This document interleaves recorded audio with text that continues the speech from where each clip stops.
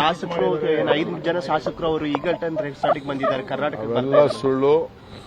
ಯಾವ ಶಾಸಕರು Eagleton resort ಬಂದಿಲ್ಲ. I am not aware of it.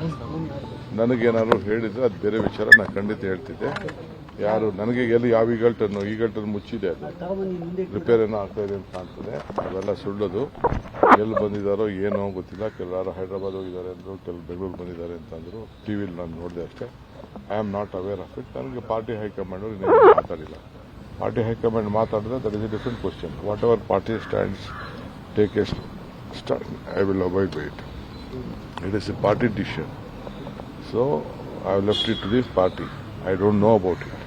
They asked me to go for the campaigning, I have gone for the campaigning. If they have gone me to go to release the manifesto, I have gone to the release. That is after that, no one is in touch with me. Tamil Nadu ಕ್ಷಣಕ್ಕೂ ವಾತಾವರಣ ಬದಲಾಗ್ತಿದೆ.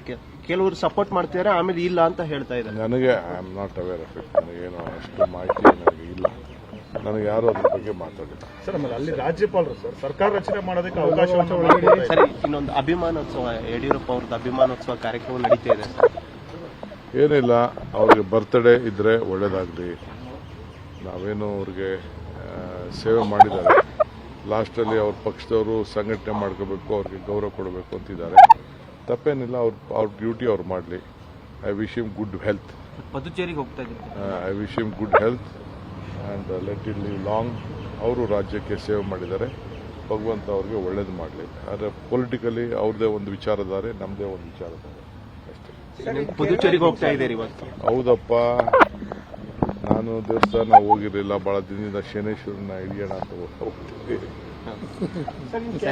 Sir, Ashok ಅವ್ರು ಹೇಳ್ತಾ ಇದ್ದಾರೆ sir, it is a political. They have taken a decision and they will call all the leaders and they will discuss. That is the decision of any political party. There is nothing wrong in it. They have to take everyone into confidence and they will take a call. ಕ್ಷಣದ ಸುದ್ದಿಗಳಿಗಾಗಿ freedom TV subscribe ಮಾಡಿ, like ಮಾಡಿ ಹಾಗೂ follow ಮಾಡಿ. ಹೊಸ ಸುದ್ದಿಗಳ ನೋಟಿಫಿಕೇಶನ್ಗಾಗಿ bell icon ಮೇಲೆ click ಮಾಡಿ.